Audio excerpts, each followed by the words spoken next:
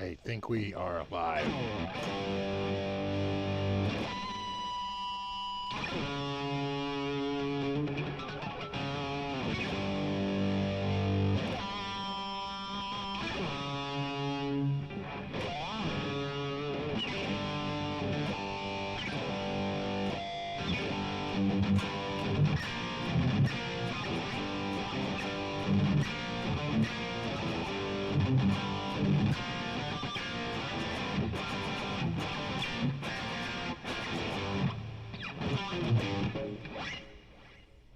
All right, we are here.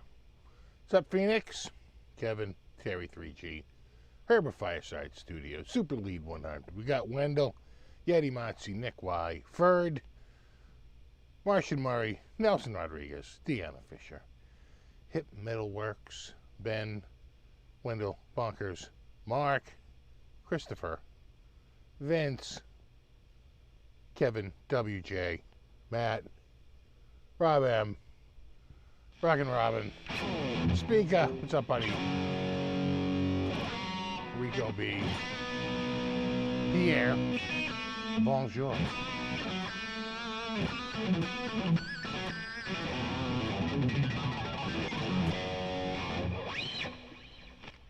And, what do we got? Alan, Jose, Gary Davlin, what's up, buddy?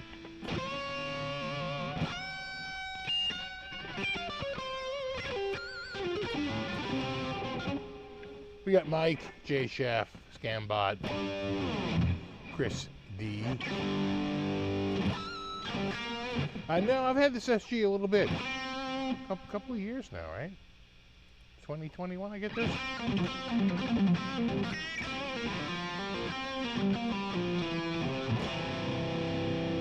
2021.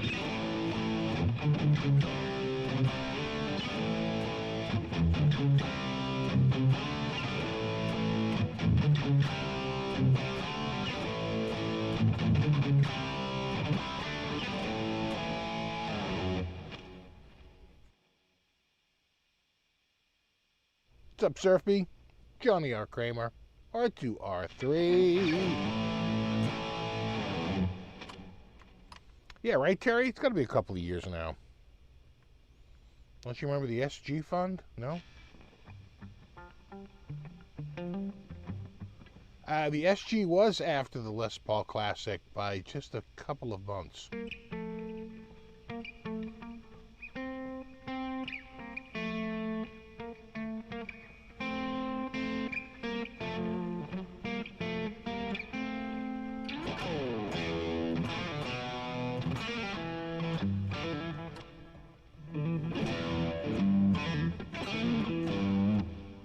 Favorite shows with the SG, yeah. It is a fan favorite. I was thinking of what my most Halloween guitar is, other than the Skull and Bones, which unfortunately is kind of trapped in deep storage. So I couldn't really get to it. So I said, what is my handy? What is my most Halloween handy guitar? And it was this. It was the SG. Let's go to SG Cam. There you go. There you go.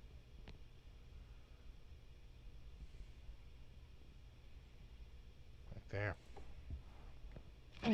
It was kind of their answer to the Les Paul, to the Strat. Double cutaway and beveled edges and a tremolo. Oh, Robert Baker. What is up, my dude? Yeah. So check it out, Robert. I was just perusing the flights at JetBlue, which is, what I do sometimes in my spare time, for fun. And the round trip was like 355, 360. I was like, oh, that's pretty good. And I had set it up to track, and the next day I get an alert. They're like, bleep, blorp, Google says price down. Price down. I was like, okay, how much down? It was in like the low 200s. with taxes and fees, it was $257 round trip, nonstop, Boston to LAX. I was like, that I can do. $257. It's that's pretty good.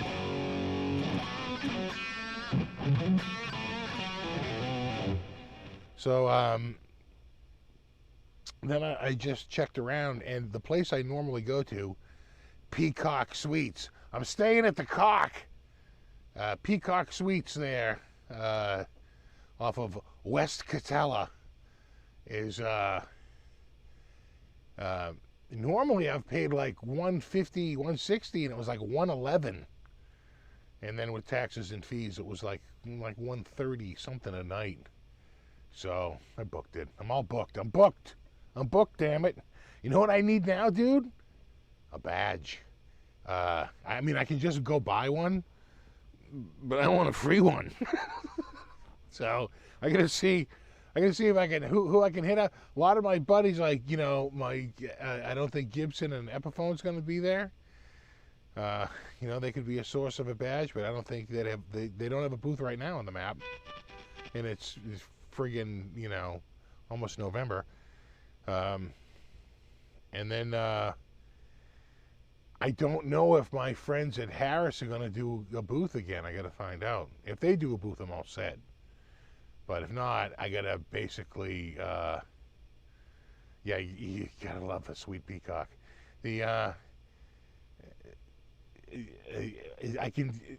already checked with NAMM. I started filling out, and they're like, oh, yeah, we know you, you know.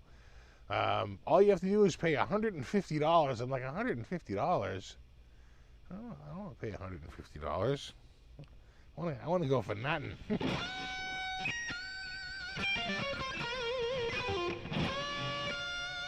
No, Vola's not going to be there. I don't think Vola's going to have a booth. Now, the chances of Vola at the last minute going, damn it, we will do a booth. Maybe Rev.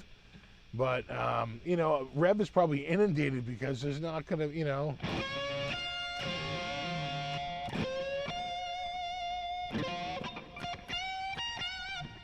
Oh, dude, I'm sure. You can get one easy. Text me later. I will. You might take it in, bro. I think the glory days of NAMM are over. They could be, unless it bounces back. But right now, it does seem to be a little bit, you know, definitely like a NAMM light.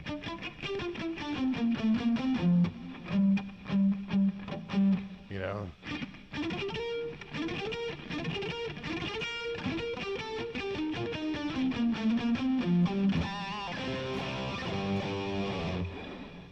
Yeah, it was JetBlue used. Exactly. No, Furch isn't going to be there. Furch.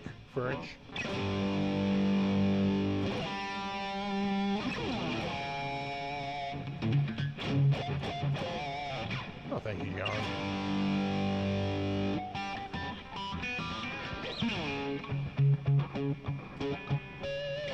Ibanez will be there, but my contact is not with Ibanez USA or Ibanez Japan. My contact is with Ibanez Europe, which is based out of Germany. So they don't really have badges, you know.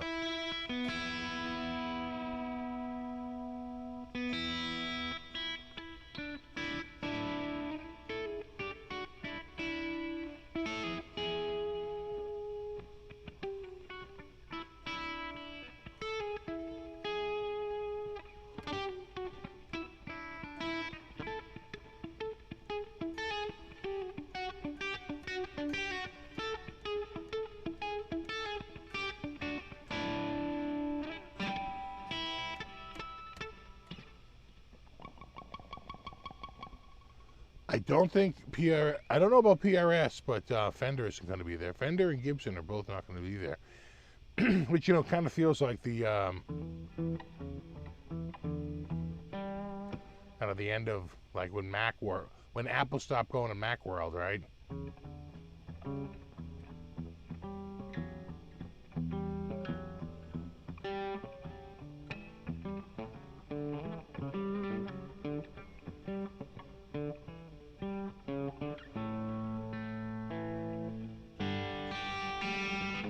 Badges? We don't need no stinking badges. Damn it! Don't you know me? Licks! Pixie! Licks! As I'm hauled off in the back of the car. Oh God, that is tasty.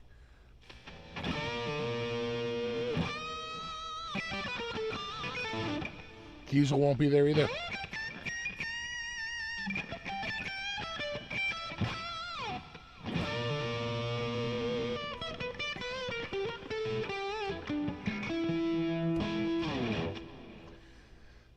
Hello from Cleveland. Hello, Cleveland.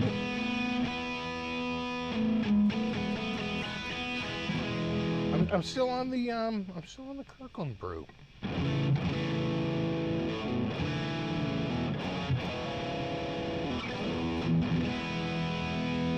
The January one is bad. They might end it. I don't know.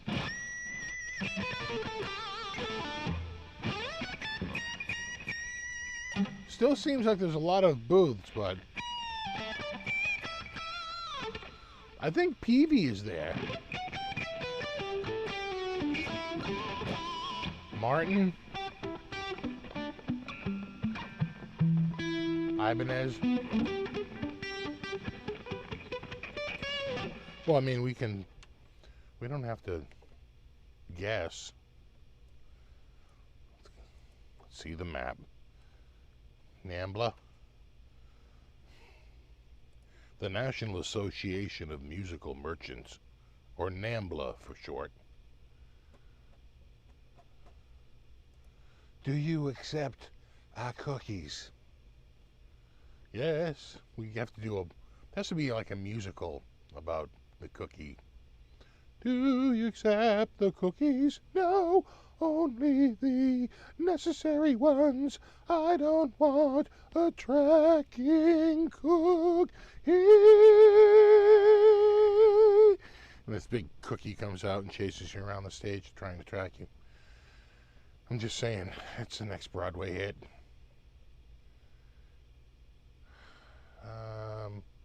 They got everything but... Oh, there it is, show map. What the hell is a show map? Tracking Cookie, the musical.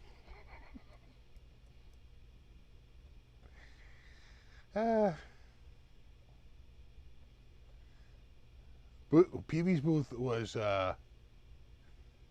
Peavy's booth one year was like a QR code, right?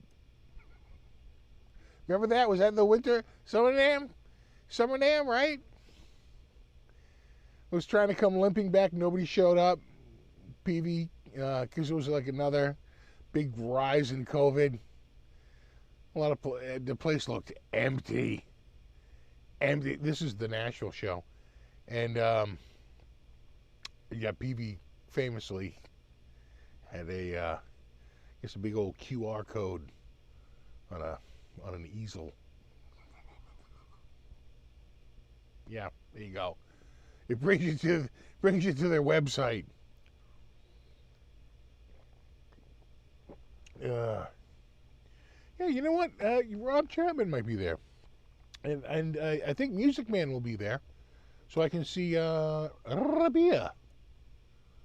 I don't think Solar is there. All right, you should see what I'm seeing. You should. It's the NAMM, NAMM the musical.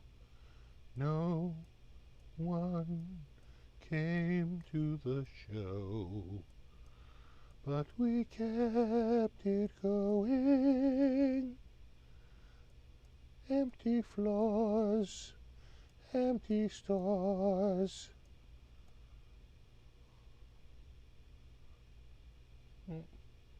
Warwick's going to be there. Looks like they got a pretty big booth. I know the guys at Warwick and Framus. Notice that they didn't say Framus. You got Rev, you got your bad cat. Where's Vagina? See, the thing about Ernie Ball is, do they have some, is it only in, so that's an inner suite. See how it's in there? That means that's usually invite only, right? That's for just, it's like a, what are you guys doing back there? I'm hearing a lot of sniffing. What's going on in there? Jesus.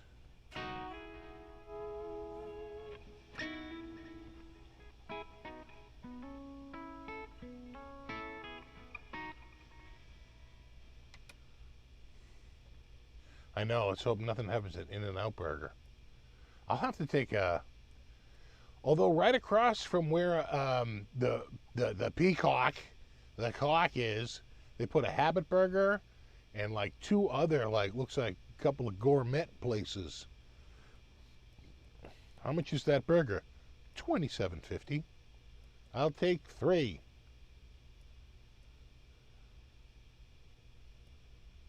Fibonera. Santa Barbara. There's your Hoshino. See more Dunkin'. Boutique amp distribution. That is a lot of companies. So that's going to be Friedman, Egnator, Diesel, Wampler,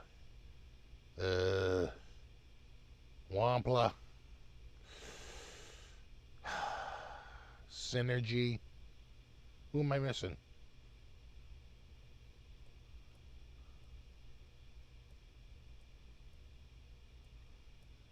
Yeah, we'll have to do an ode to strip clubs while we're out there. Dance on the table and dance at the beat, the table dance, and we do a table dance. Ashtown Faith Maybach, Nick Huba, Hoshino USA. Like a separate booth. I'm still not seeing. Oh yeah, Jean Larrivee. That's what I have. I have a Larrivee. That's my acoustic. It's pretty good. Oh yeah, you got. That's all the same company. Korg, Black Star, Spectre, Darklight. It's all. It's all the same. That's why they're all in the same booth. Vox and Korg and Black Star. When you're buying a Vox, you're pretty much getting a Black Star, and vice versa. Never forget that. Celestion. All right, what else we got? Where now? Normally, my Harris guys would be down around here, roughly.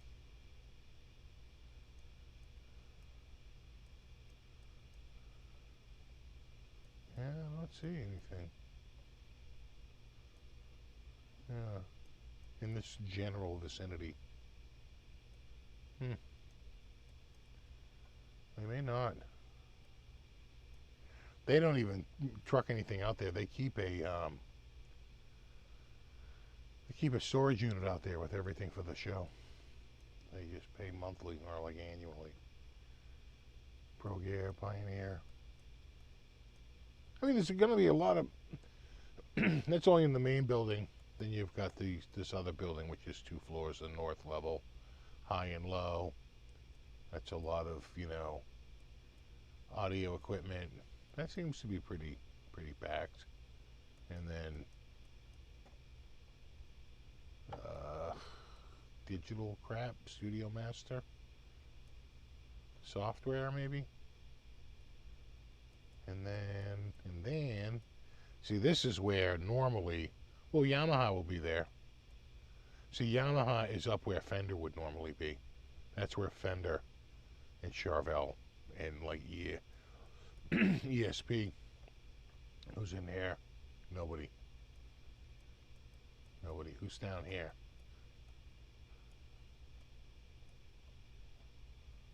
A whole bunch of places. 2 old hippies. Taylor and Peavy. This is on the second floor. ESP, Engel, Nakamini.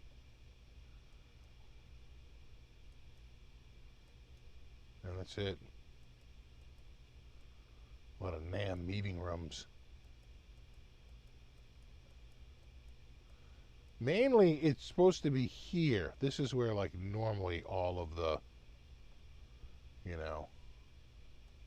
See, they took downstairs and moved them upstairs. That's why that's all there. It's all the import stuff. Here you go. Yeah. Yeah, no, it's way... Mythos will be there. Way smaller.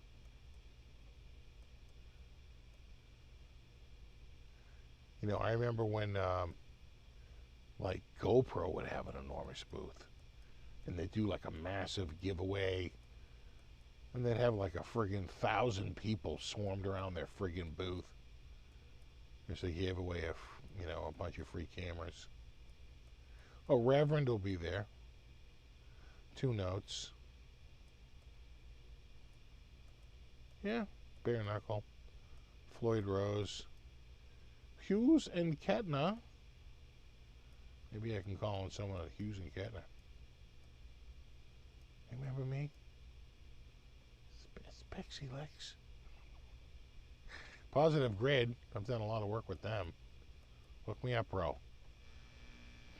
Daddy needs a friggin' needs a free pass.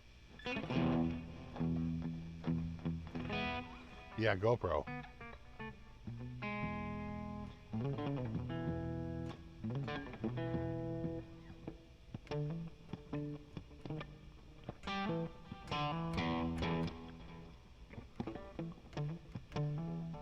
What's up, Michael?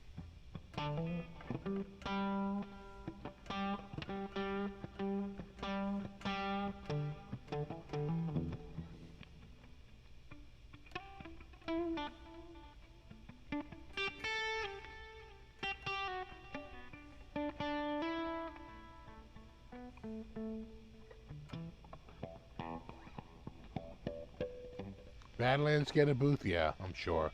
They're in where Fender was.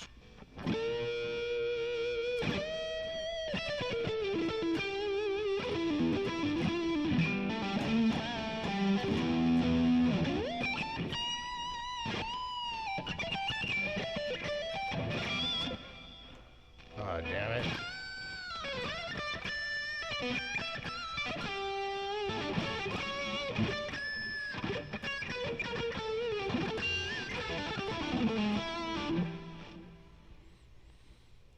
Have I tried the Ernie Ball Cobalt strings? I don't know. I got the Paradigms. Are those the Cobalt? The Paradigms. Kind of dig them. Paradig them. I dig them. You dig them. Paradig them. That is good. That is good coffee. That is good.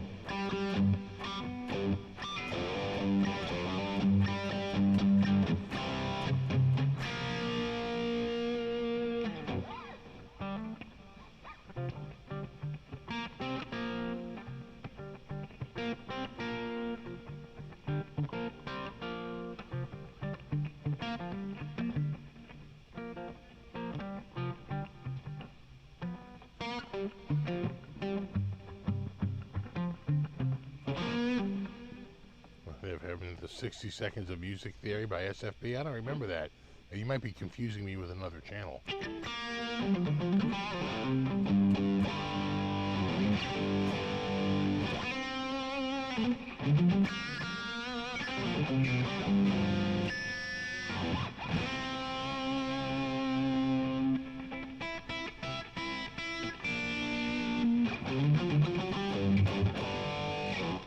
Two Old Hippies is Breed Love.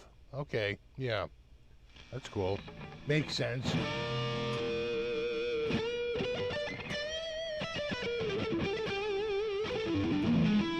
Got a Chapman a few months back. Not bad. Oh, yeah? Unfortunately, I only had a 7-string here. I would have liked to have tried like a 6-string. I think I had a loner once.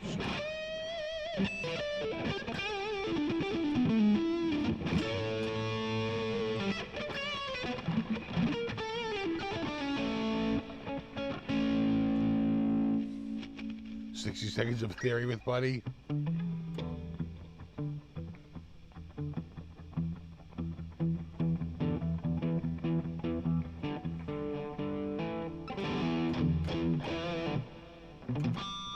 What's up, 60 Cycle Steve?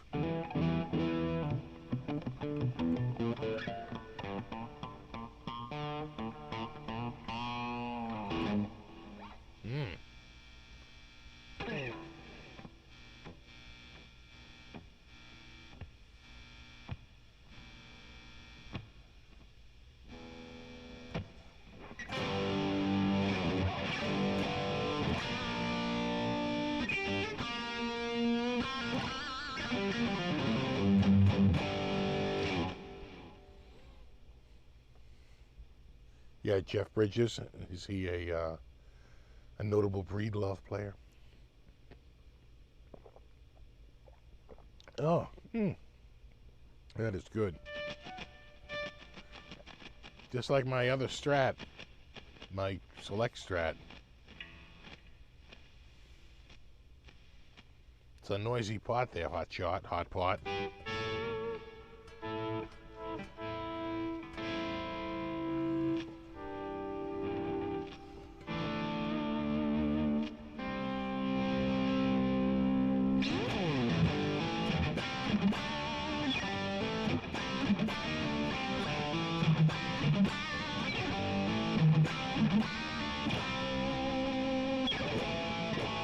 Just let the cables, it'll go away.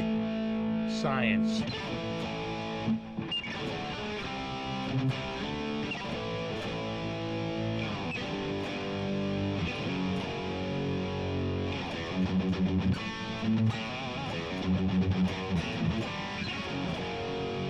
How many guitars did I pick up today in Doodle and Play on? None. This one right now, since about 5 minutes before I got on here. Maybe 3 minutes. No, I was mostly working outside. Let me show you what I did.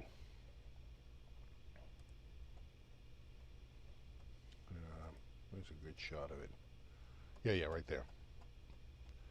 On my front stairs, I sunk a lug. And let me tell you, that is in there. It goes all the way through. All the way through. So it's, no, it's good. It's good. Sunk a lug. So it's like super strong. You know, it's one thing to nail it. It's another thing to like totally tie it in with a big giant friggin', you know, lag bolt. And sit there with 2 wrenches. It's like pulling in on both sides, and I've got a lock washer on the inside. So it should be good. Should be. My wife has started she was in the backyard, she had a fire going. It's it's galvanized. It is galvanized. That is for damn sure. Oh no, it's good. And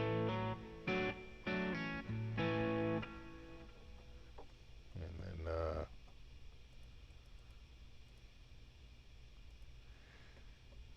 the other thing I did was I sort of like sanded the just the arm coming down. And I started to paint the white trim, but I've got to get the blue,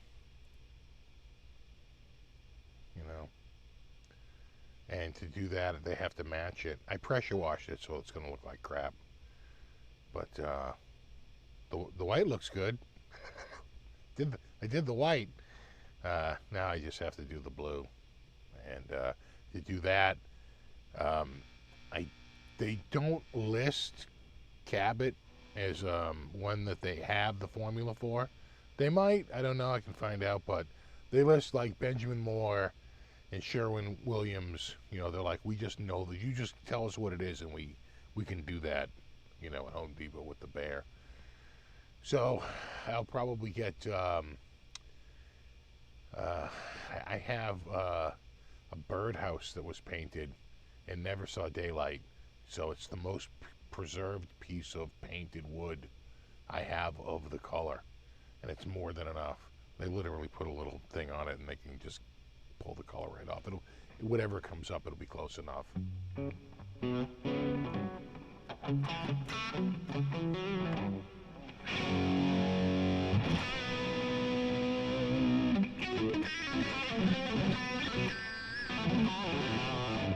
Is it tied at the top of the railing? What, at the post? Of course.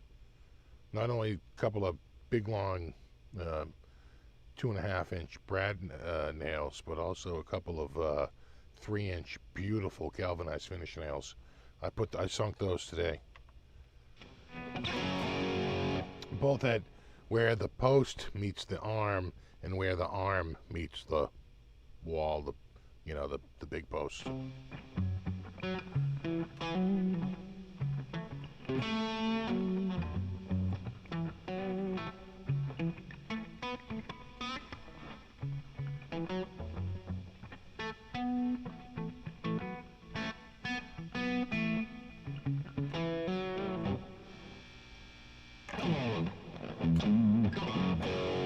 Yeah, it's got support at both ends. It's not just... In fact, I probably have enough of a post. I could sink a second post if I wanted to, but it's a little trickier to tie it in because of the concrete. I would have to run like the spacer through some sort of it couldn't even be my chop saw. It would have to be like the I don't even think it would work. It would have to go on like my table saw, which I'd have to see how high that comes up out of the table. You'd have to run it like lengthwise to like trim it like narrow it by about like 3/4 of an inch. Be a bit of a... I suppose I could try to make a board, but that just introduces more moisture, you know, to put pieces together. Not recommended.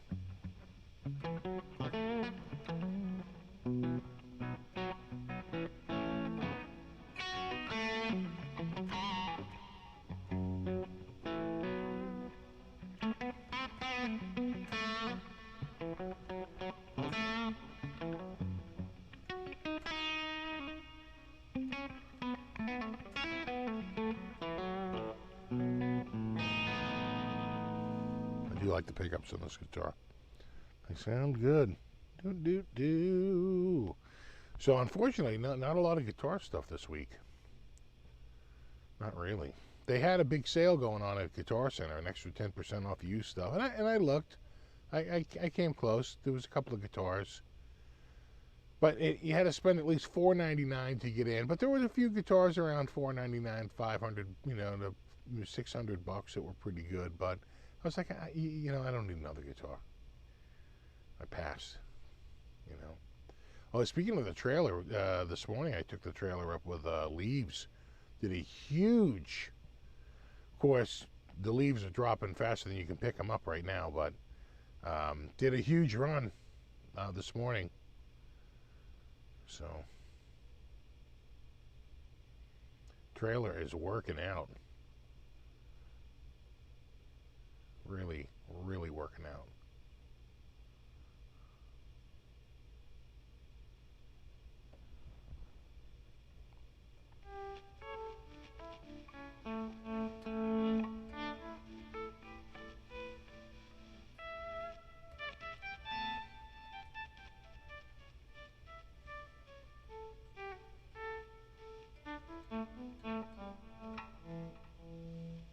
Yeah, my maples are dropping like crazy now too, yeah.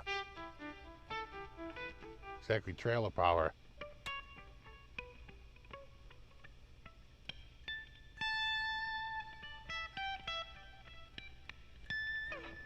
Oh, the other thing I did, I have a little bit of A little bit of trailer news. Ready?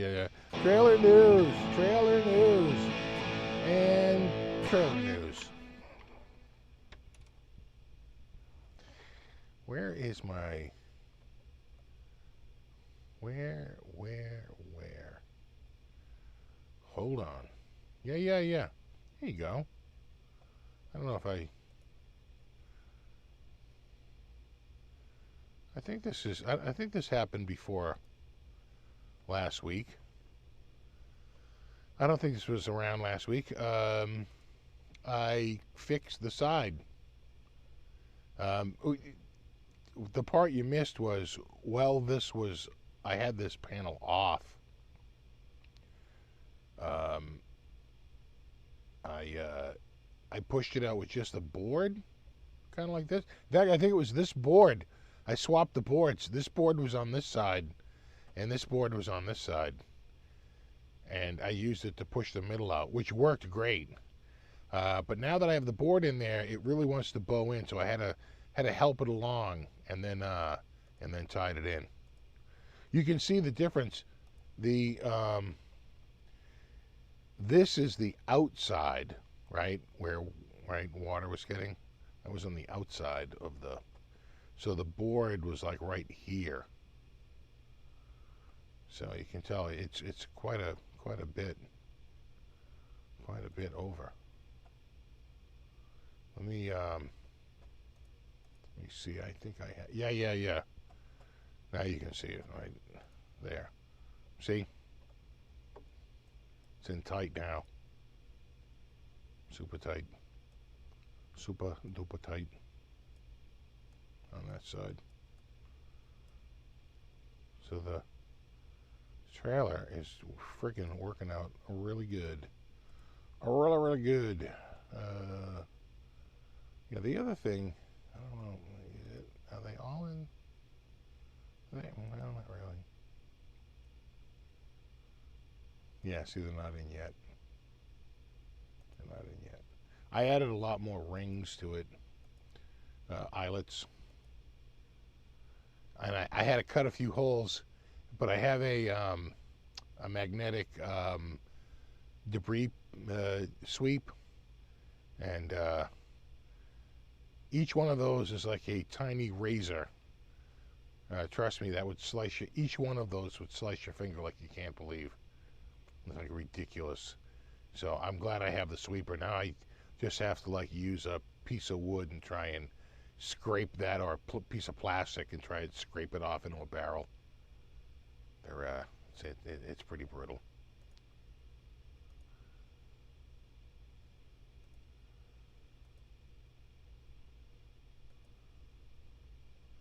Also this week I was able to, and this was nice, get a flight of mimosas. It happens. And we paired that with, of course, a breakfast poutine with shaved, is it shaved ribeye or shaved prime rib? It's very soft. And, oh God, that thing was so good. That was really good. Anyway.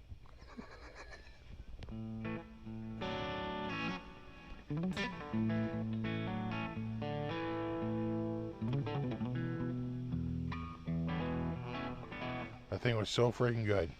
I can't even tell you. It was, oh God. It was good. Do I have any other food? Not really. No.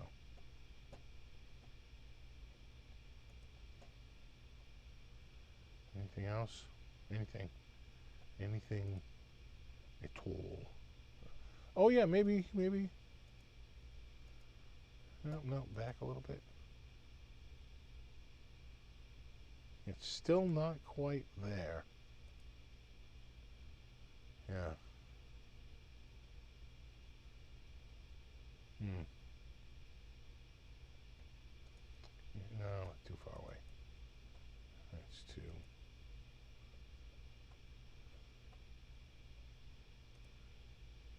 Yeah. So you can see I've got a ring there and there and there and there.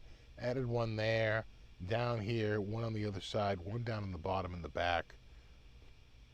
So I'm adding these eyelets all around. There's one more that was added on the back side of that, but I don't think it's in yet. I took the photo as it was going along. So, anywho, that's been my week.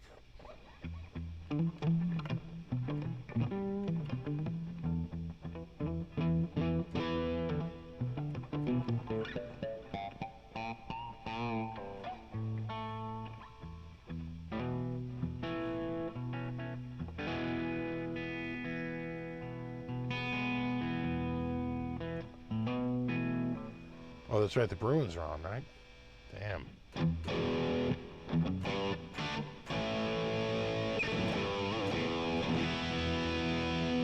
Boy, SG sound good, huh?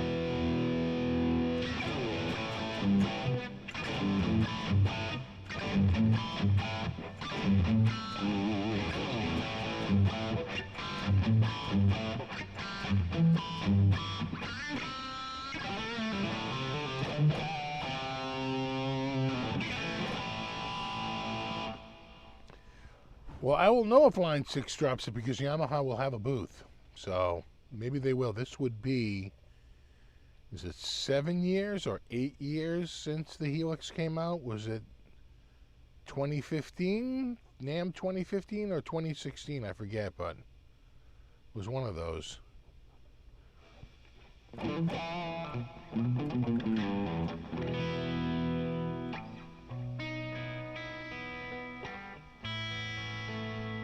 When I think of Rolling Stone's top 250 guitarists of all times, those lists are generally meaningless. I mean, at 250 guitar players, I probably made the list.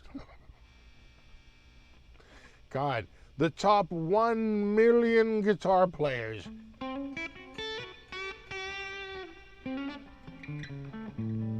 It feels, you know what I'm saying? It feels like the list is a little big.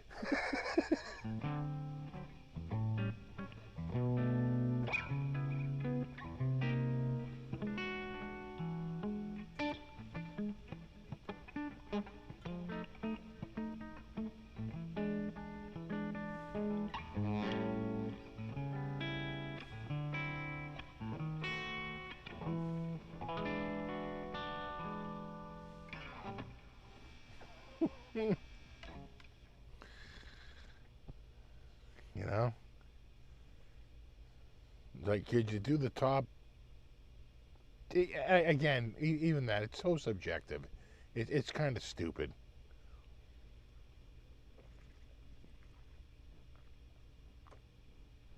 So I was listening to the new Stones album. It just came out. I've been listening to it. It's pretty good. It's pretty modern. The funny thing is that the album is produced by the Andrew Watt, who's like the hottest dude, right? He produced the last Ozzy album, right? Patient Number 9. Pretty sure that was Andrew Watt, right? He's like the hottest producer right now. So he does the Stones album, except for one tune, which was produced by Don Was. It's the only tune I kind of don't like on the album. It feels kind of thrown together. I feel like the other stuff is way more polished and presentable. A little too raw.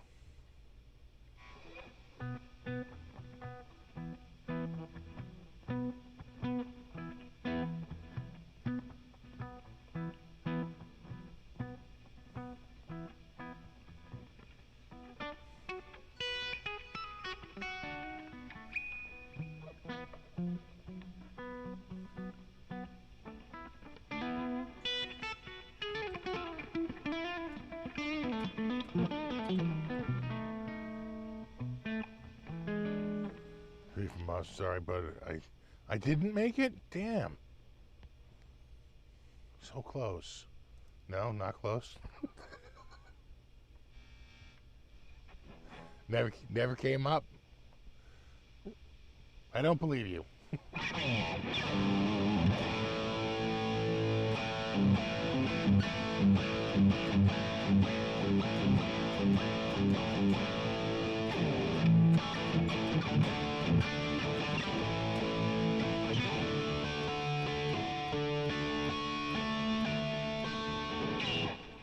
Production is too bright and loud, you think so? Yeah. Jagger and Gaga wasn't bad. Exactly. I was probably 251, maybe 252. Just saying. We'll never know. Probably.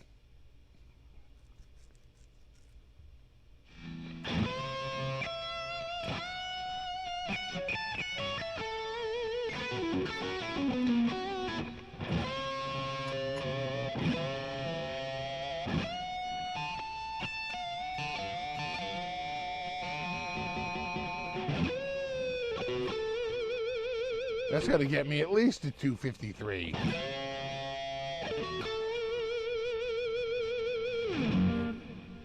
I mean, come on.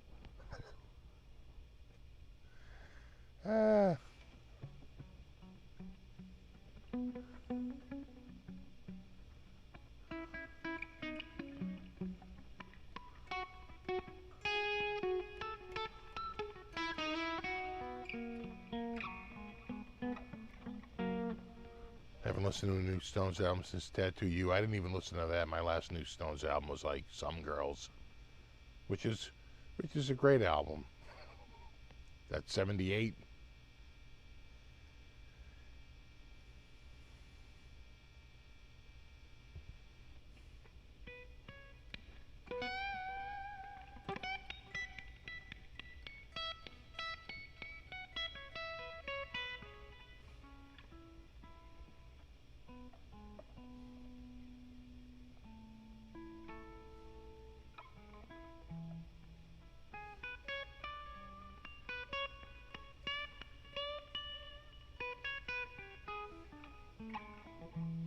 Anyone check out the new doc? And I have not, but I did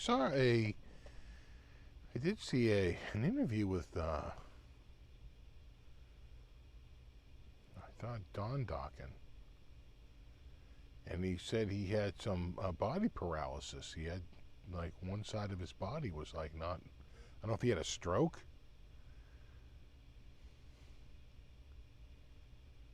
or if it was some sort of a back thing.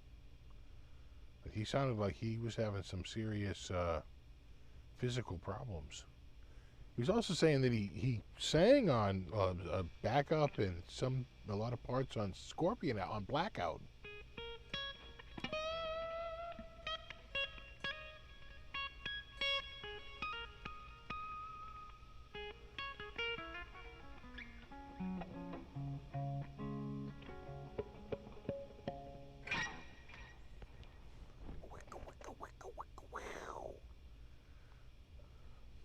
Some new.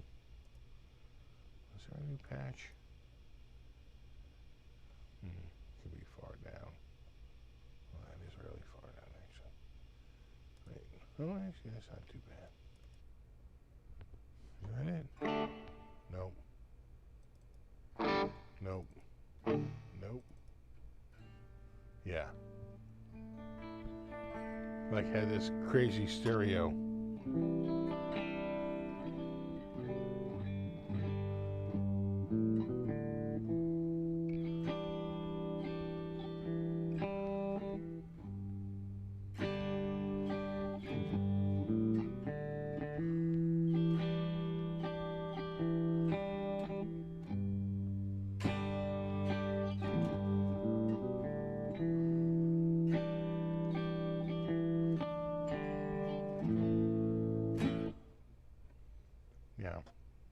Is there anything else in that? No.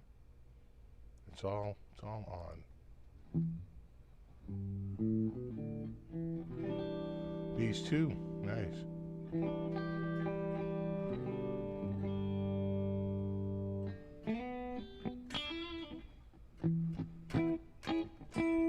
You can hear a compressor.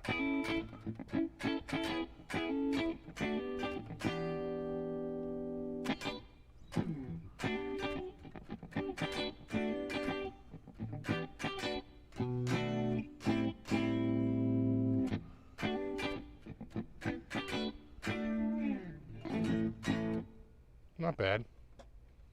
Nice clean tone.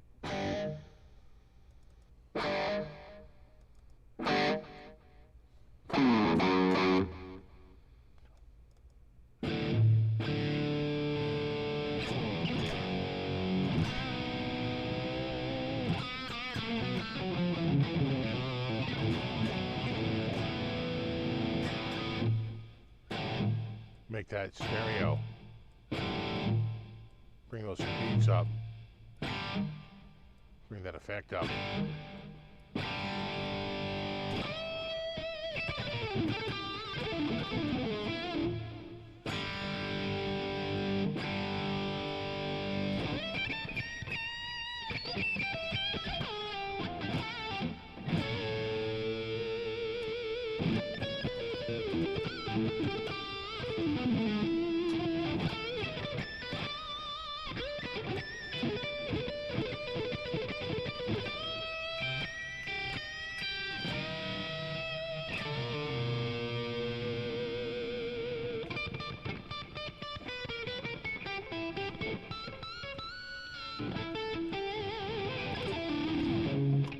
That's a pretty good amp.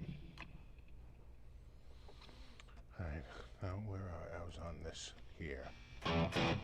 There it is. Bang, bang, wank, wank.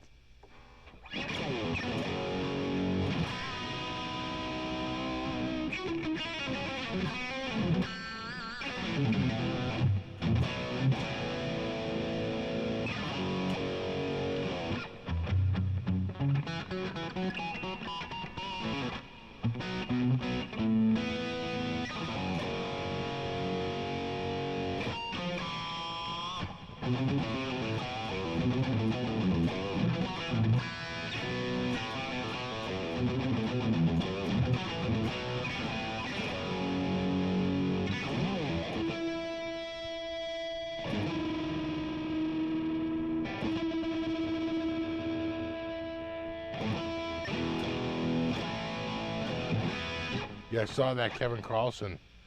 So young too, so sudden. I think it took the station by surprise. They were like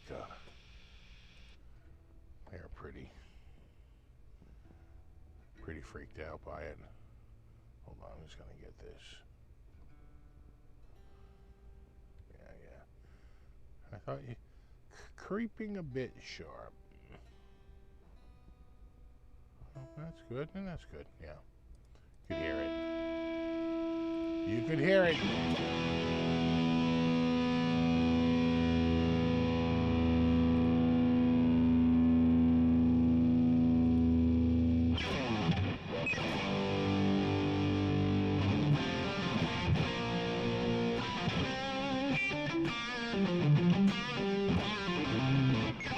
Exactly, my G string was a little tight. I hate when that happens.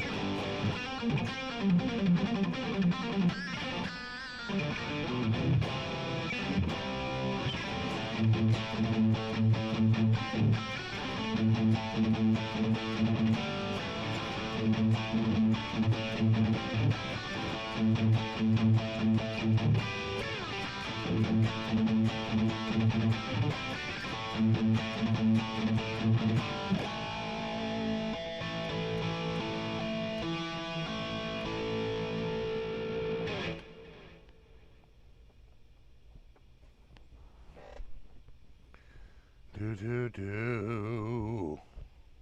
Exactly, that G string always binding up.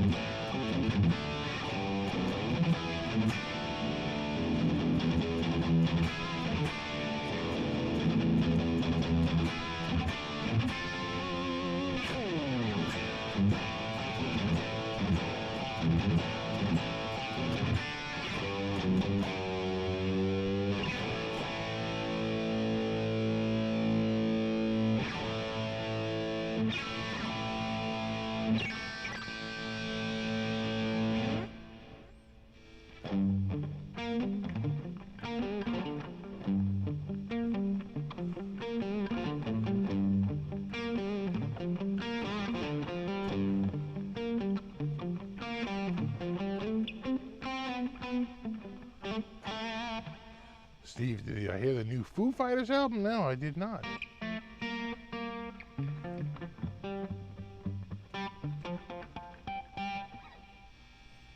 I did not. You gonna do it like... You forget he does, he hits this high. This too.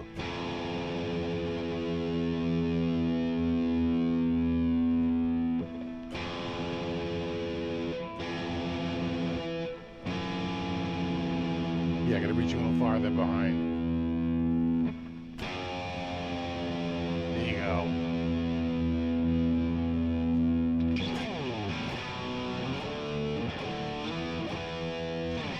I never played it here. It was always felt weird, especially if I was just bending the E string. Then I was always worried that it would be out of tune. So I always played it here. Plus you can...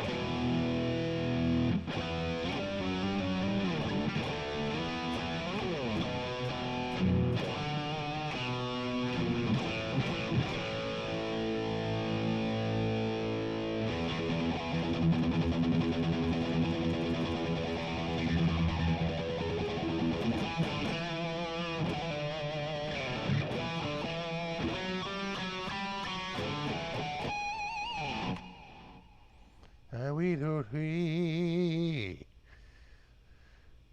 but I do, broopy to tweety do.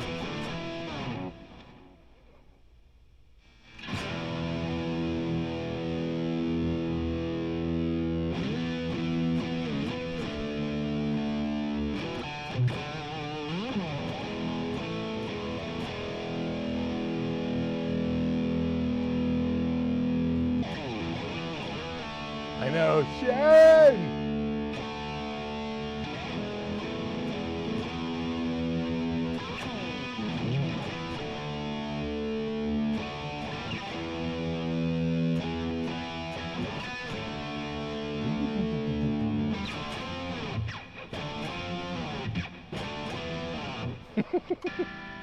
Jazz.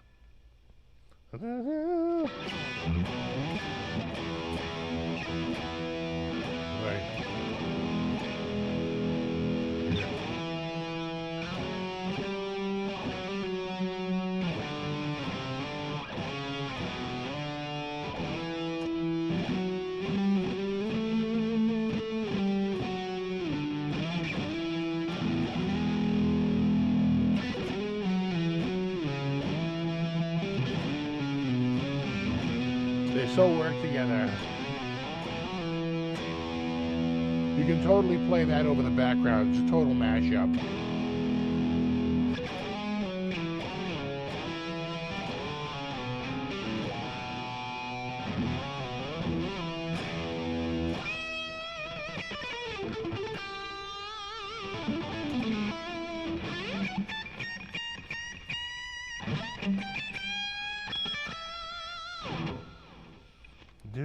Do. 5-year-old approves. Steve Heineman's his favorite song. It's a good song. It is. The funny thing is that like you forget how good these songs, sound. Especially for being so old and such an old production. But we were at like the Marshfield Fair like 5 or 6 years ago. And there's like some like rockin' coaster, and they're playing nothing but like slow ride, right? Like all this stuff. And at one point they played Iron Man, and pumping out over the speakers. I was like, oh my God, does that thing sound good? Even here in the amusement park, it works. Sounds so freaking good. How's the kid doing in college? Good.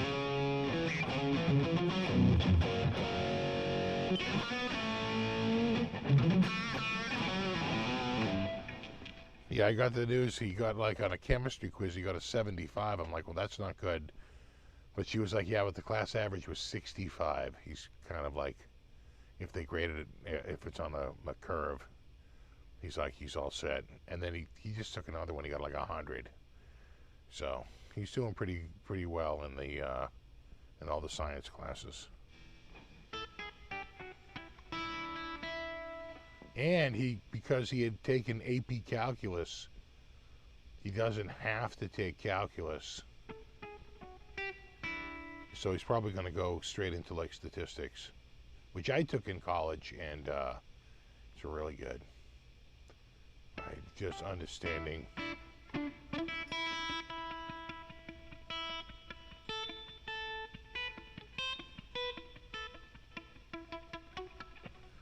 Because on the one hand, the numbers are the numbers, but on the other hand, the number can be true and misleading. Like, so a lot of times when you have like outliers in a set, then you have to like really be careful. Like a lot of times you have to like cast off the highest and the lowest values to really get the average, the correct average. Or you just look at like the mode.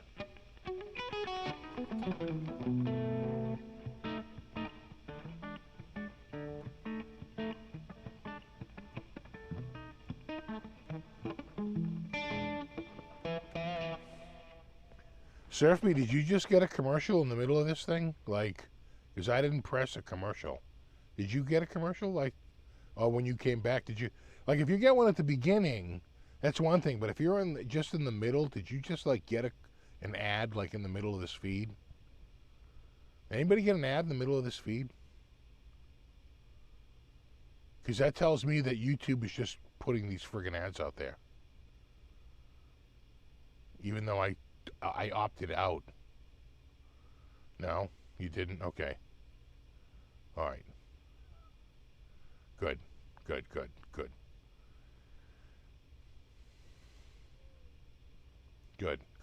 Yeah, no. I don't mind that they do an ad at the beginning, because it's a 2-hour friggin' show. So get your 30-second friggin' ad out of the way, and it's over. But what I don't like is running ads in the middle of the friggin' show. Like, no. No. I don't like that at all. I hate that. So I'm just worried. I have heard, now, they recently set it up. They're like, we have great news. Now we will automatically run mid-roll ads. You don't even have to click on them. And I was like, yeah, I don't want to run mid-roll ads. And they were so friggin' persistent. Like, even tonight when I got on there, I had to like dismiss. They're like, I can't opt out. They're like, are you sure you want us to run ads for you? You want us to take over like ad running? And it was like, yes, like exclamation point, and then like, not now. Not like no, and don't ask again. Just like, not now. Because every time I go on there, they ask me again. It really is pissing me off. I don't mind an ad at the beginning or even an ad at the end, because you can just click away.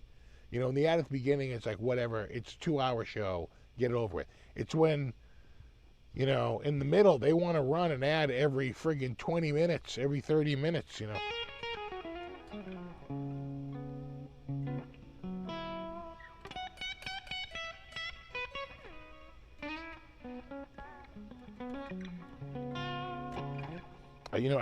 we sign up to a lot of streaming and we pay to get it ad free, but you can just see that. You can just see that coming, right? How much did you earn in revenue from member fees? They're like 800 million. And how much did you earn in, ads? 6 billion. It's like, oh, well, There you go. You can just see that coming a friggin' mile away.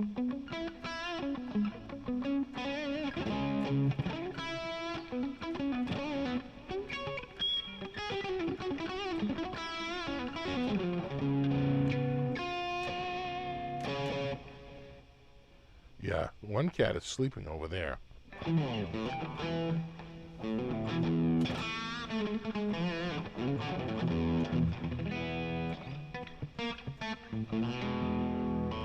The crazy thing is that, you know, if you look at the revenue that's made by, like, you know, Instagram, Facebook, you know, Twitter's dropped off considerably, but they earn, I don't know, like the low ones earn 2 to 3 billion a year. The big ones earn 7 to 8 billion dollars a year, you know, in ads. YouTube earns 29 billion. It's like there's like these. They show the chart. There's like these three little columns, and then there's YouTube. Speaking of statistics.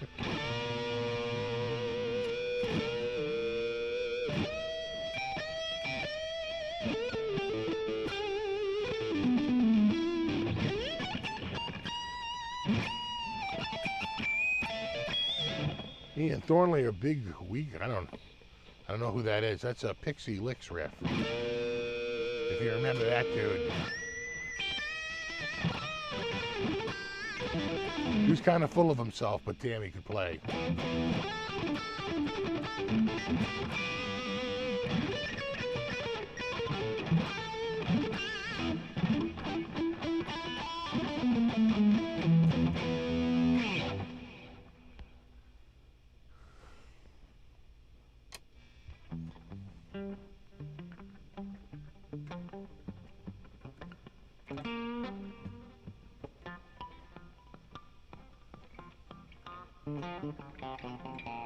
Exactly. He was 252 on the list.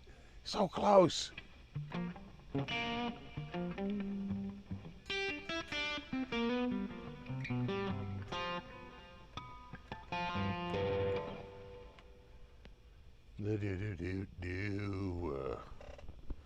Amazon acquired Twitch for almost $1 billion. Now it's worth $45 billion. Yeah, Microsoft, what, just bought Activision? Who did they just buy? Was it Activision?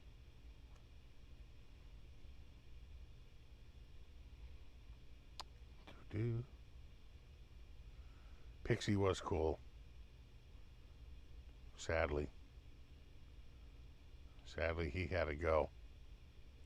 That was a YouTube thing, too. That was the Adpocalypse. You remember that? Remember the Adpocalypse? Oh, man. Good times. I'm trying to remember the genesis for that whole thing. Was it a... I forget what it was. Oh, it was the fire. Was it the Fire Festival? I'm trying to remember now.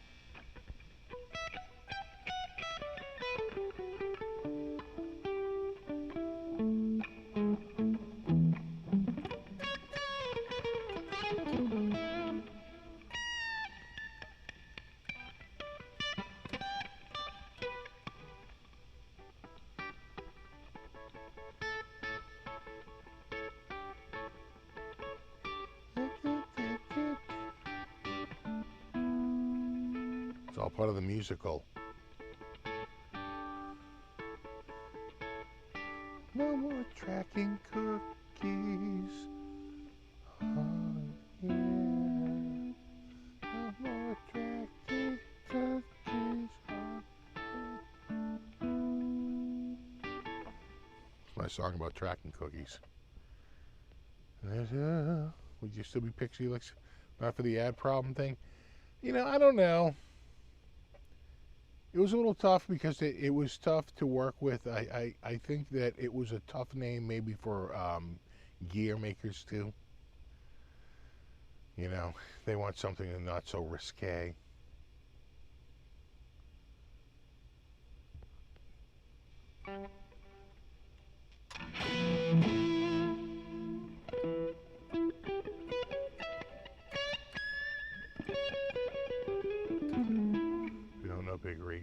big wreck. Or is it a Reek or wreck?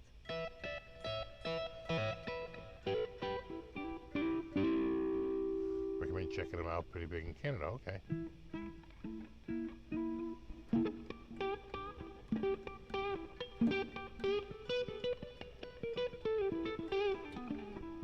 Let's get real. How do you store your spices in your kitchen? That is an excellent question. You don't want to store them over the stove.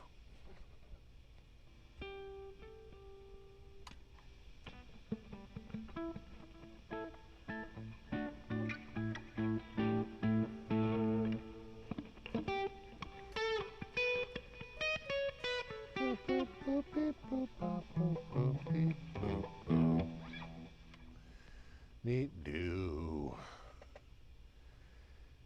Yeah, I had did I have a video come out this week? I did. I had the Boya and Ziki. The headless fan fret. With all the scales. That, no, it's not a casting cut, it's a kitty bed, but no kitty has availed themselves to it yet. You make the bed, you see if you can trap a cat. So far, no takers.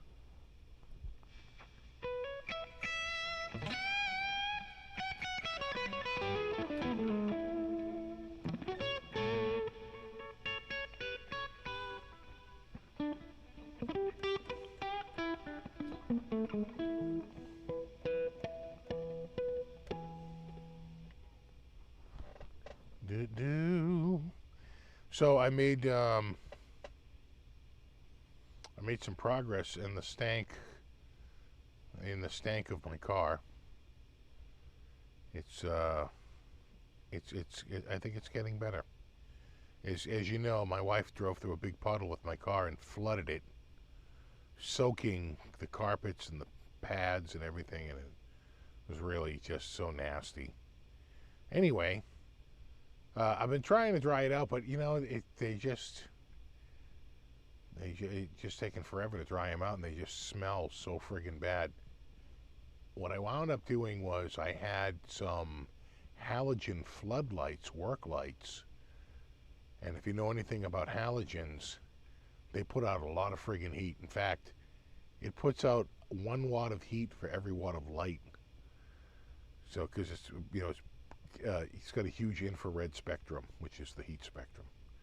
So I put those facing down onto the carpet,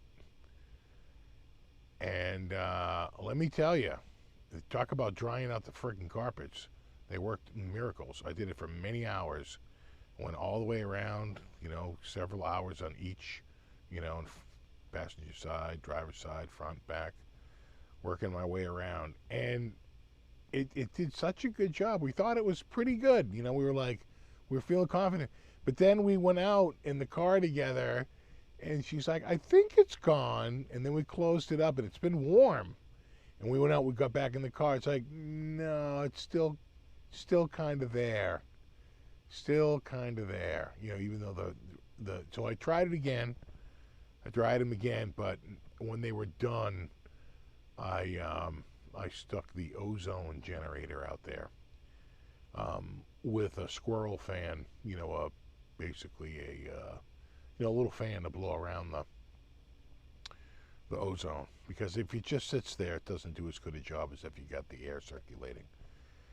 And of course I had the squirrel fan blowing like directly down onto the carpet, right? Try to infuse the ozone into the carpet. I ran that for 90 minutes and then let it sit for 90 minutes closed up. Because ozone takes a couple hours to break down. It's like it still works. The gas is still working. So I let it go for like another 90 minutes. That was pretty noticeable. When I opened it up to air it out, I was around the corner on the other side of my house, and I could smell the ozone. I was like, wow, that's a lot of ozone. And then after it aired itself out, I let it air out for about an hour. I closed it all back up again. I ran it for another hour. And then let it go overnight, and then all you could really smell was the ozone. You know, ozone is so friggin' neutral. And then I did it again today. I closed it up, and I was like, I'm pretty sure it's gone, but let me just see if I could do one last like knockout punch.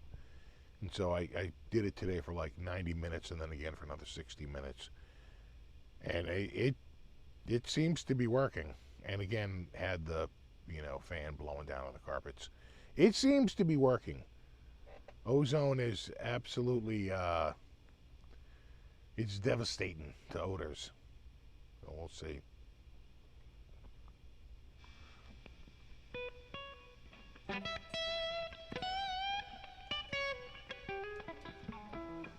It is still wet. No, it's highly unlikely. It was so dry, and those lamps are so strong. And like before, when you touched it, it would be one thing. Now when you touch it, it would like crackle. It was so friggin' dry. Highly unlikely it was still wet. Again, we're not talking like putting it in there for 20 minutes. I'm talking putting it in there on each floor for a couple of hours and then rotating it like for 2 straight days. You know, like literally 16 hours of heat. Pretty sure it's dry. Just it's, ozone does smell like a lightning storm. You know what ozone smells like? Like if you ever stood around a photocopier, right? Because that puts out ozone as a part of the laser. Same with a laser printer. You'll smell ozone around a laser printer because the laser that creates the type creates ozone as a part of the process.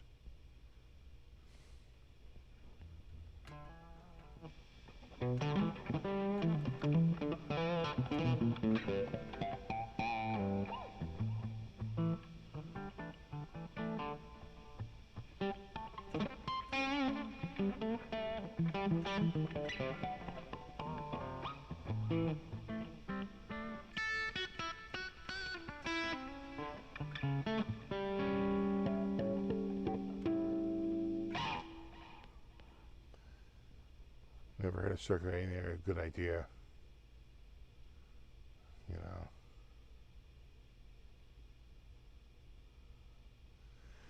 Yeah, that's another thing you can do, Mike. Not just rough it up, but like one good thing to do would be to like take almost like a fly swatter or like a little badminton or like a little like pickleball racket or something like that. You know what I'm saying?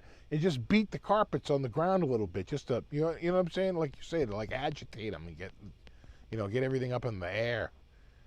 But in fact, I had positioned the fan so not only did it blow down onto the rug, but it kind of went under the. You could feel it on the front seat on the floor, even though I had it blowing into the back seat. Because it would go down into the rugs underneath the seats and then to the front. You could feel it. And the whole thing was just one big friggin' circular vortex going. I felt pretty good about my fan placement. You know? It was either beat the carpet or beat the wife for driving through the friggin' puddle.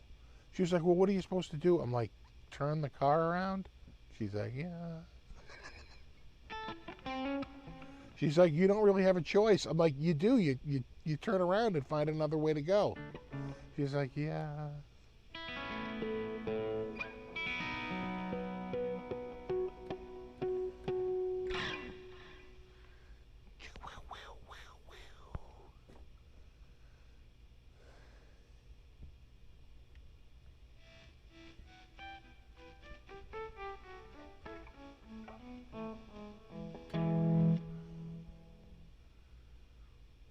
Yeah, you know what? That's worked for me too.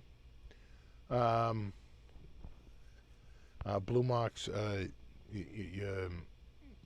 when I've done down here, set up like a little. I would put like like the butt of a broom handle under there, or like a handle, like one of the painting extensions.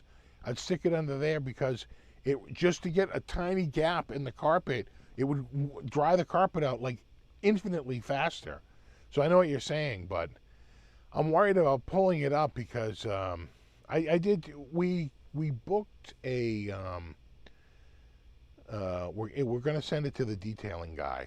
There's a guy in town who does detailing. It is not cheap. We're going to pay, and I can't even believe we're going to pay $275. But he kind of does the car from head to toe. He said he would shampoo and, do all the carpets, get all the stains out of the carpets. He does a full wax. I just know that my dad went to him like 10 years ago, and it was like 13 years ago actually, and I think it was $150 back then. And I remember getting in it, and it was like a brand new freaking car.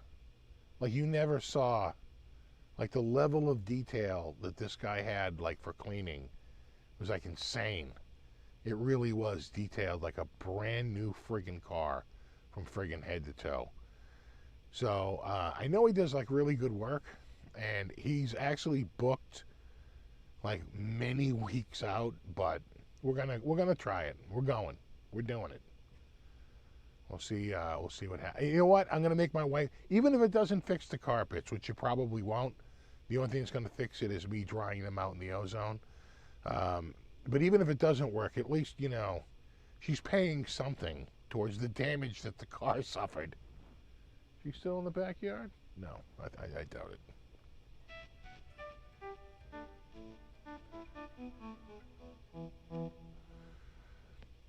He'll fix it. Clues are water soluble. Sometimes they smell like ammonia. Yeah.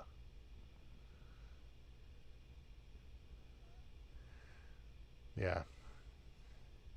The he told me, because I said, well, he goes, is there a problem or anything? And I was like, no, I go, the carpet kind of smells because it got wet. He was like, how wet? Like sitting with the windows down for a long time and it's like soaking wet? He goes, because you may never get that smell out. And I was like, yeah. I said, well, do the best you can. We'll see. So we're not going there for a few weeks. But we'll see. We'll see what happens.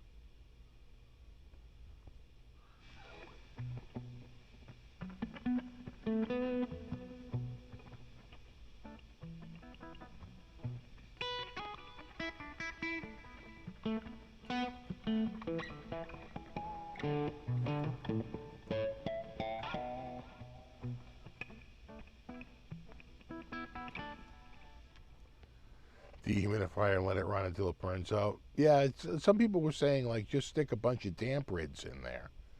It'll just, they'll just work 24 hours a day, sucking moisture out of the air. I'm like, maybe. I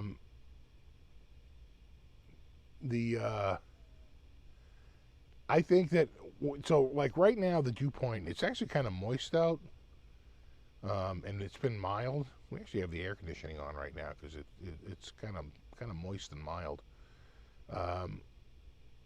But that's about to change. We're going to get 2 days of rain, like 2.5 days of rain. But behind that, the dew point is like in the 20s. That's my kind of dew point.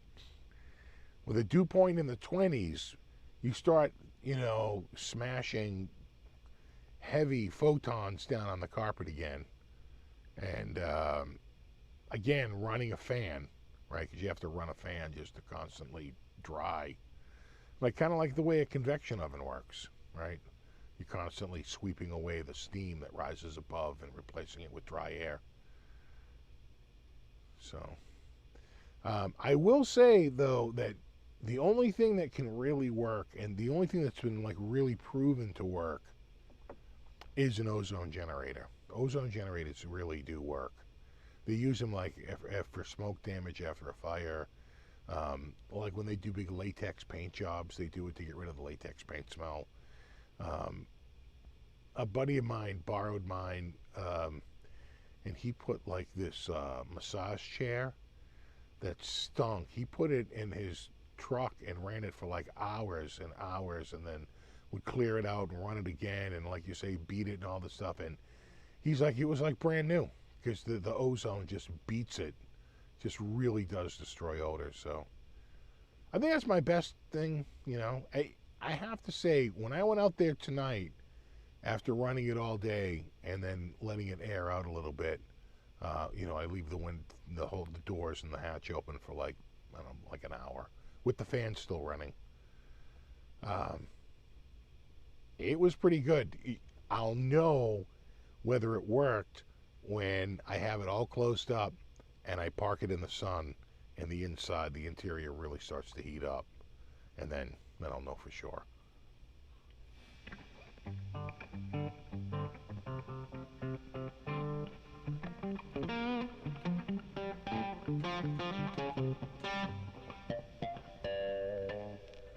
Smells are just particles.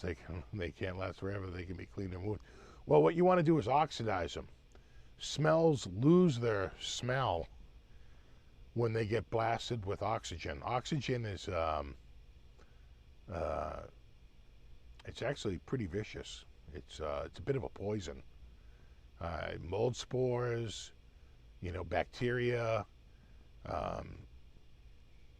Ozone's pretty. It's a deadly gas. You just pump your car full of a deadly gas.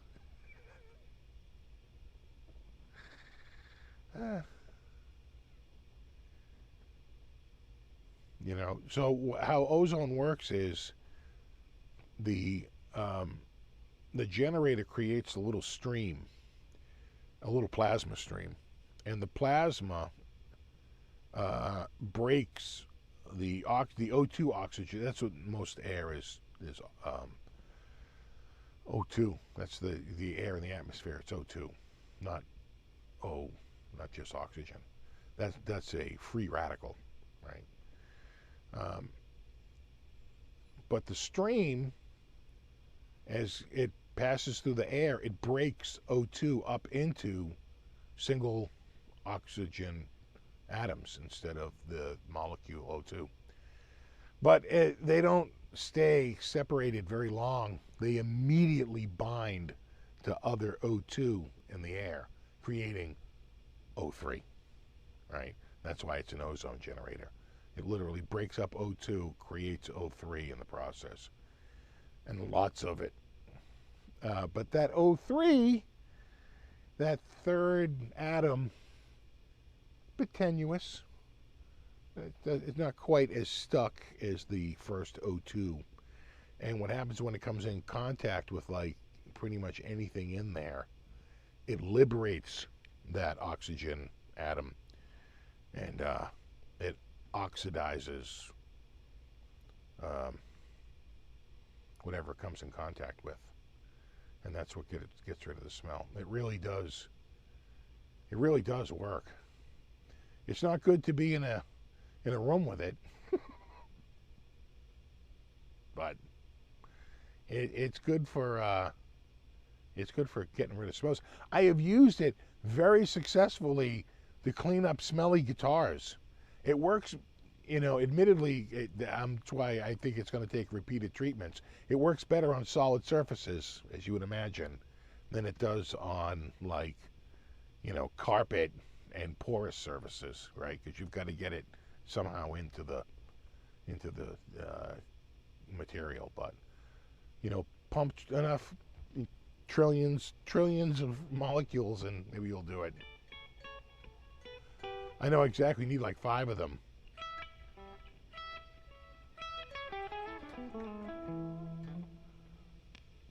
Exactly. Fabric is not as much better on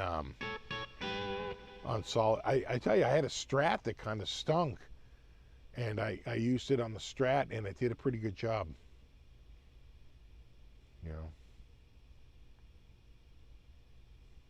Yeah, CPAP people use ozone. They started to use it for sterilizing the water because it has fewer leftovers than like chlorine. It's better for you than using something like that. So they've switched to ozone for a lot of so the water doesn't have quite the same chlorine smell or taste any longer.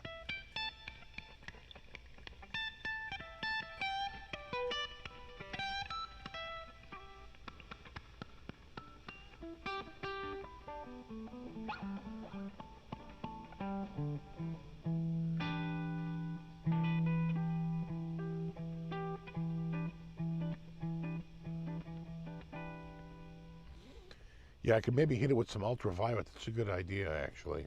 Ultraviolet wouldn't hurt. I have some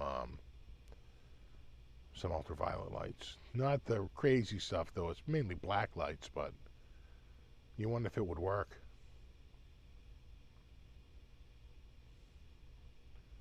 You know? How's the,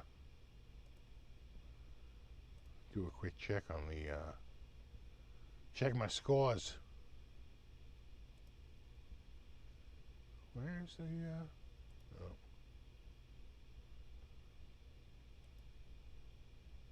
Oh. Still 2-0. 9:55 to go in the second. Celtics looked good the other night, too.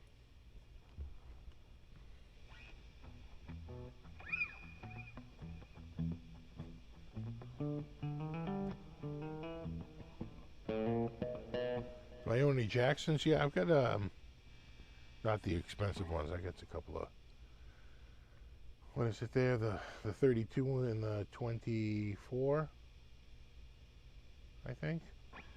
I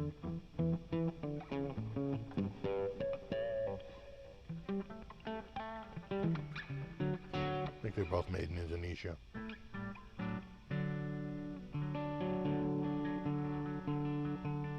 They both look like Strats. They're super Strats.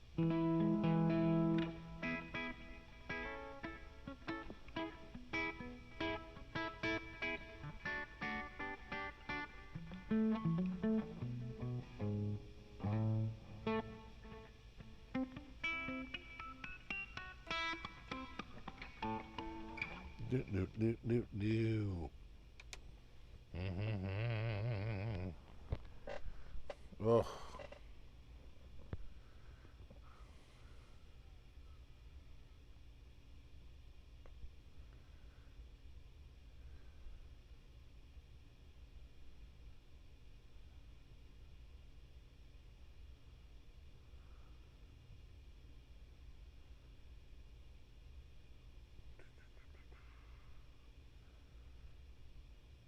No, you shouldn't be in the same room.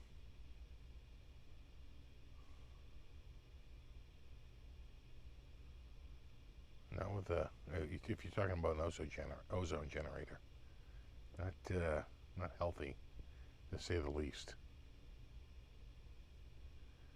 It's like oxidizing the inside of your lungs.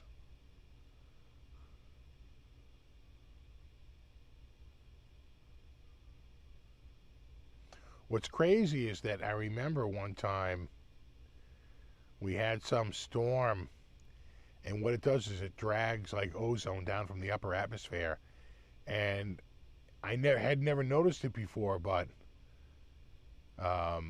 having used the ozone generator a bunch of times, you know what the smells like. I remember walking outside and going, "Oh my God, the ozone! My God, that's crazy." The stink of the ozone was insane. It's like, this feels unhealthy. You should go back inside.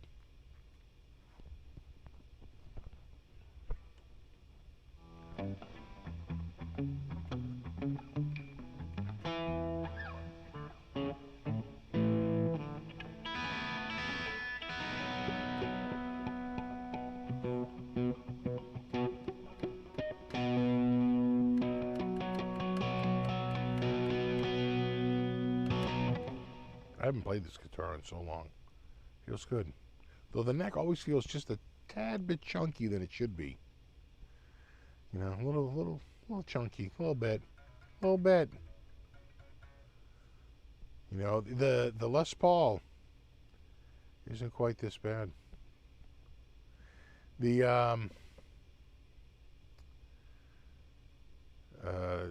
you know, I was gonna talk about maybe doing a Halloween show, but a couple of things. One, wasn't that cold out, and the leaves hadn't really turned. They just started to turn now. It's been so friggin' crazy. And one of the people that usually goes in at Melissa, like last weekend, she tweeted, last minute, like unexpected trip to Montreal. We'll be home like next Tuesday or Wednesday. I was like, oh damn. She's gone. I think Marchena was doing. He's on a.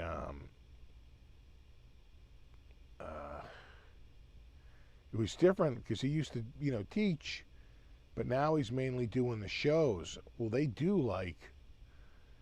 They play like almost every night. They might have 1 or 2 nights off a week. So again, it's a little tricky.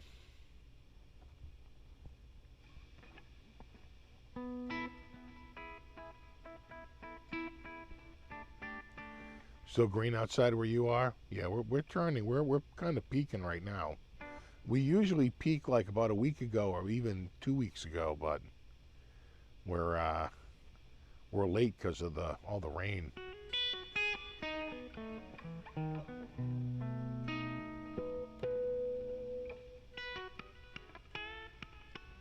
Now they're talking a high of like 50 for Halloween, 49, 50 degrees.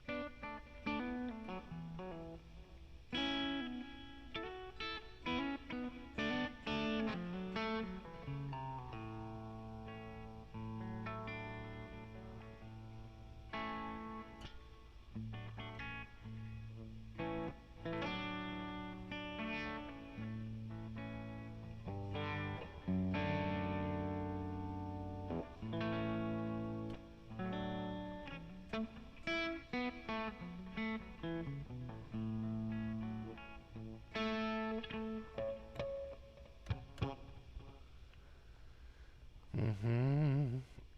Is it trick or treating in your town? Yeah, because they don't want to do it on a Tuesday, right? They want to do it on a Saturday night.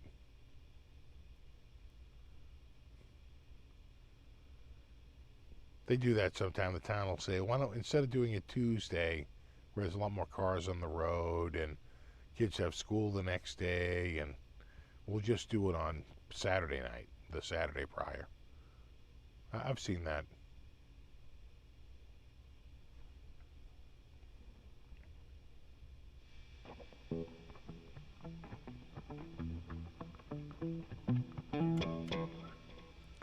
Oh yeah, you set your clocks back. I think it's next weekend for us, right? It's the first Saturday to Sunday, first Sunday morning in November, I thought.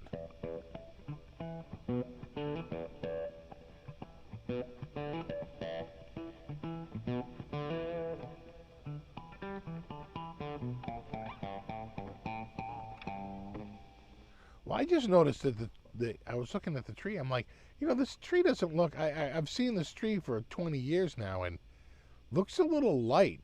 Like it's got half as many leaves as normal. But they said no, that happened. That this season, because it was so rainy, trees didn't grow as many leaves, and because it was so friggin' rainy, like all spring and summer, and just that they get knocked off sort of like one by one. And they go, no, trees are definitely lighter and have fewer leaves than years past. I'm ready for some snow. Woo! I get all nice and snowy and crappy, and then I'll get on a plane and go out to LA. Sweet. Really, at this point, it's just a giant friggin' YouTube get-together. Oh yeah, they're saying snow showers for Detroit area for Halloween.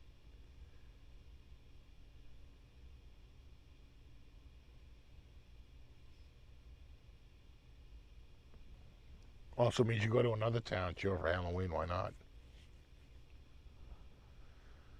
We had one year. Oh my God, there were so many people. It was insane.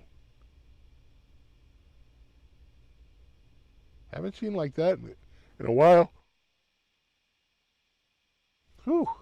I'm exhausted. I was up so early this morning. Did you get up early to take the trailer up to the dump? Even then, it was kind of hard to back up because it was just a little too many people there. I wound up just going straight, emptying it out, and then pulling around the back of the pile and coming out the other side of it. Never wound up having to back up.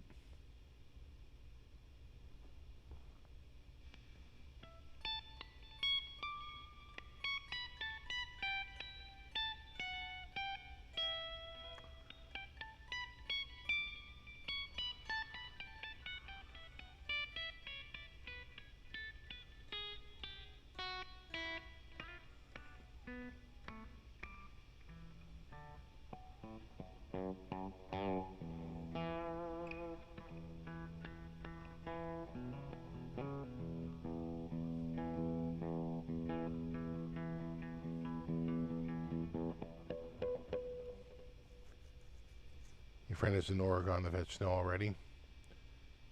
Yeah. A few places have had snow already. Not around here, though. We've been mild.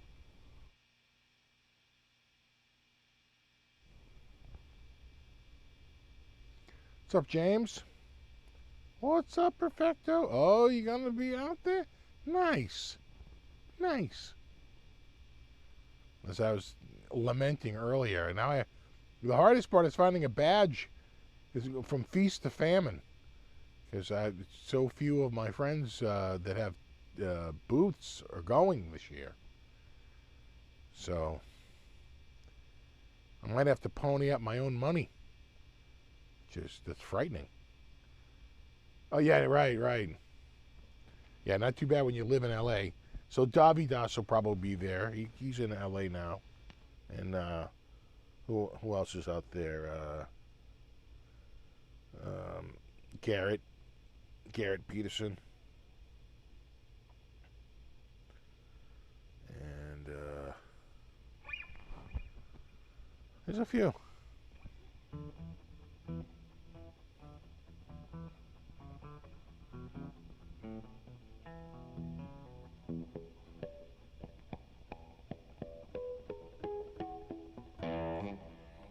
We were talking about if Helix will come out in the next NAMM. We'll see. Hit up the NAMM social media team, yeah, for a badge. Are they going to make me pay $150 though?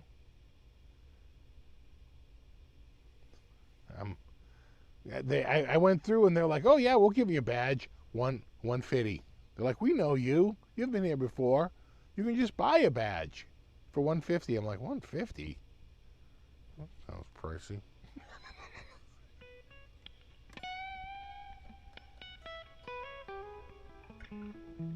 But check this out, Perfecto.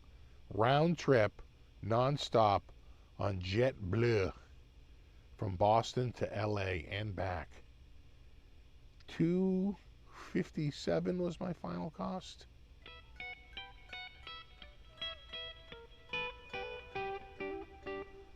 Never mind.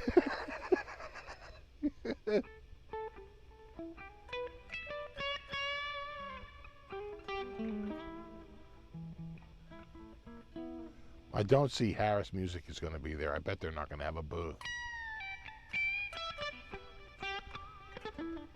Unless they're holding out to see if they can get a better booth price.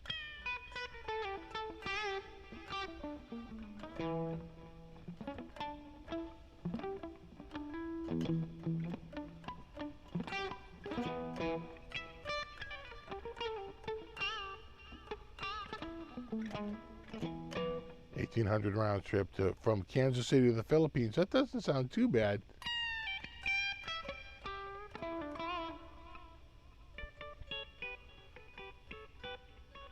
Yeah, exactly. You can't have to sit on the wing for that money. Is Gibson going this year? No.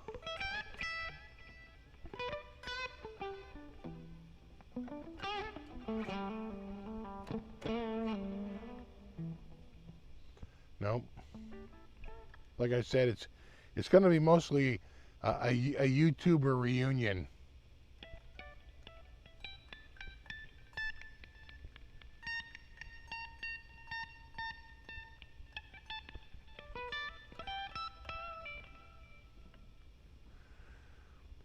Lipman, NAMM PR. It's been good about hooking up YouTubers. Yeah, I'll have to throw something on our super secret Facebook group. See if someone can get me a contact and I can get a badgeola Because you know, it's bad enough I have to spend $257 on my round trip flight. It's like I'm gonna spend like more than half of that just to get in the friggin' place. You know. And because how cheap could you get a booth or a ticket last minute? Well, a booth is expensive. I don't think you can get into a booth. I think the smallest booth at NAMM is, I gotta think, $5,000. I don't. Do they have a $2,500 booth? I don't think so. I think $5,000 for the tiniest little postage stamp in there, and it just goes up from there.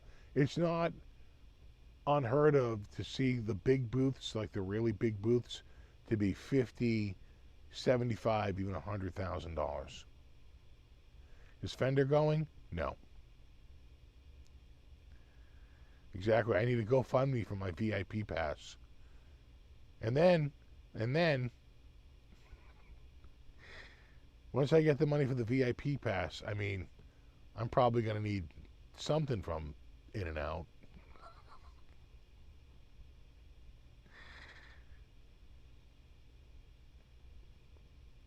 A little something from the food truck. Probably one of the worst and saddest burgers I ever had in my life was at like some friggin', you know, like internal like burger grill.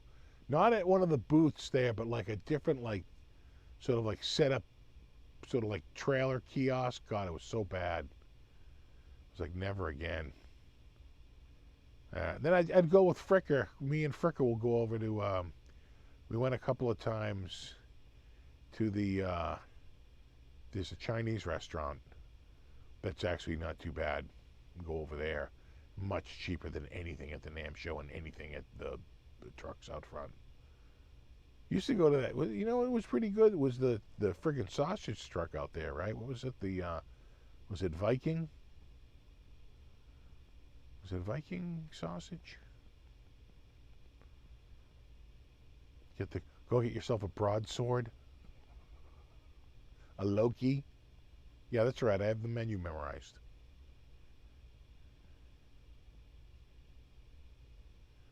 Yeah, you go to the sandwich vending machine. I'll go with the tuna. Chef recommends. Take the Clams Casino.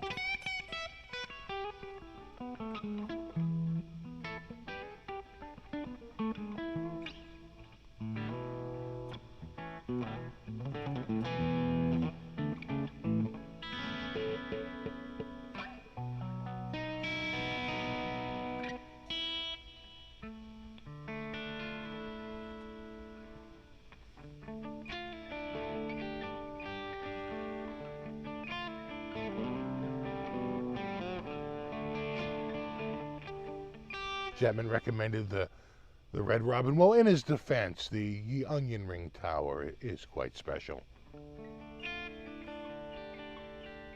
Even you would admit that.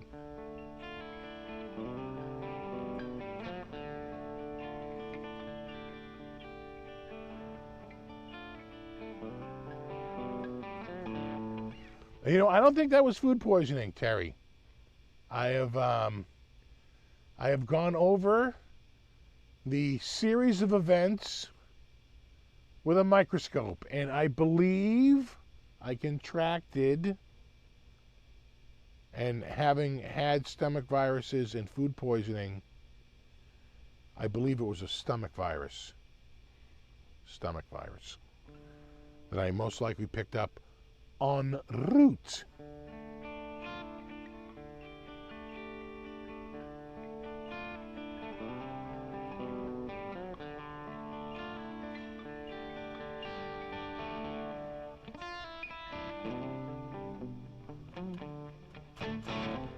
I know exactly. Drive, you know, flying 5,000 miles, and like, where do you want to go? And you're like, Five Guys? Taco Bell? You're like, can we do something different? Let's go to this place. It's called Taco y Pupusas. Like, it looks a little shady in there.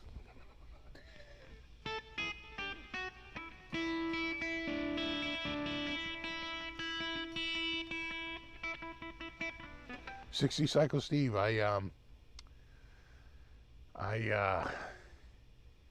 introduced the Chapman Group to the Yard House. They saw all the beers, and then someone got a big giant yard of beer, and they were like, "Oh my God, this place is amazing!" And they went out to the West Coast, and I see them like going back to the Yard House.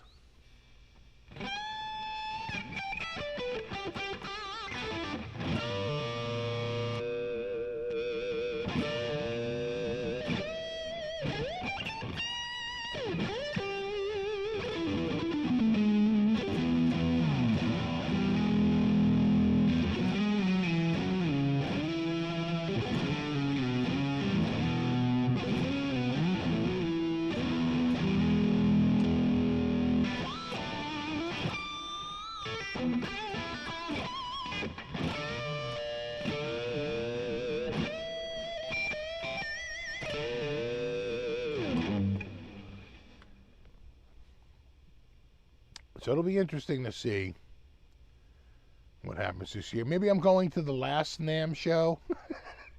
Will that have to be my super clickbaity? I have to come up with some shtickola for the NAMM show.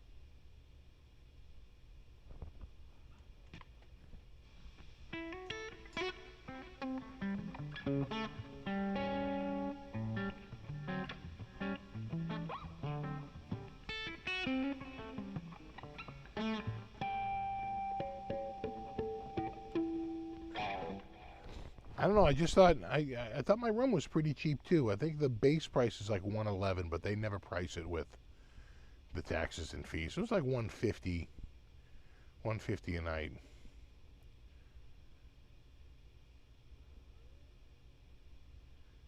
Over at the Peacock, the freaking Peacock Suites. The only thing that sucks is they're like, when can we put you down for a meeting to talk about all the wonderful benefits of like owning a timeshare? And I'm like, yeah, I don't think so.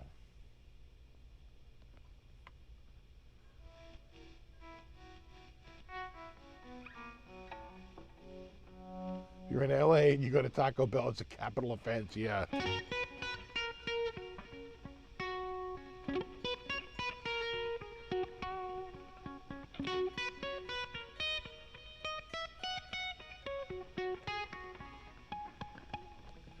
It's like going to a Dunkin' Donuts, in LA, because LA has so many friggin' donut places. So many friggin' independent little donut, bakeries and coffee and donut places,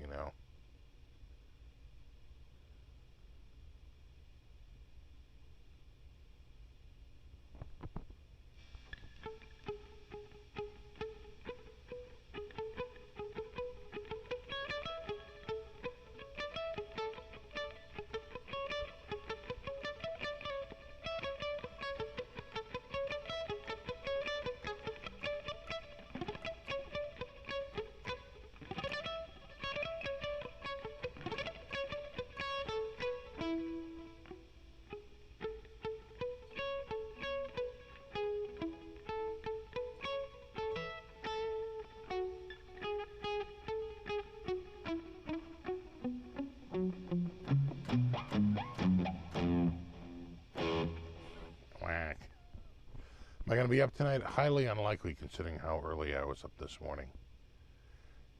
Time has to be just right for an up late.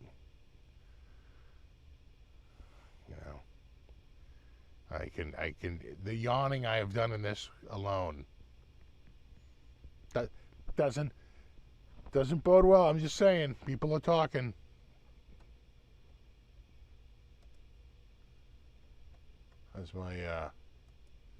How's my hockey doing? What a horrible hockey game the other night.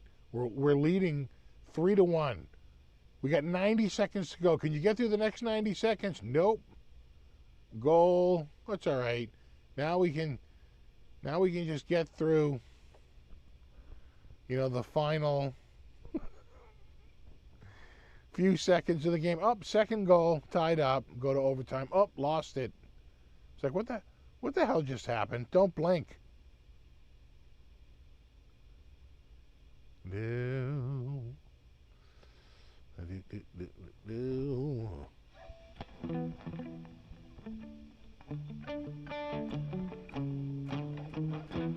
Exactly, the yawn ratio. That's not bode well.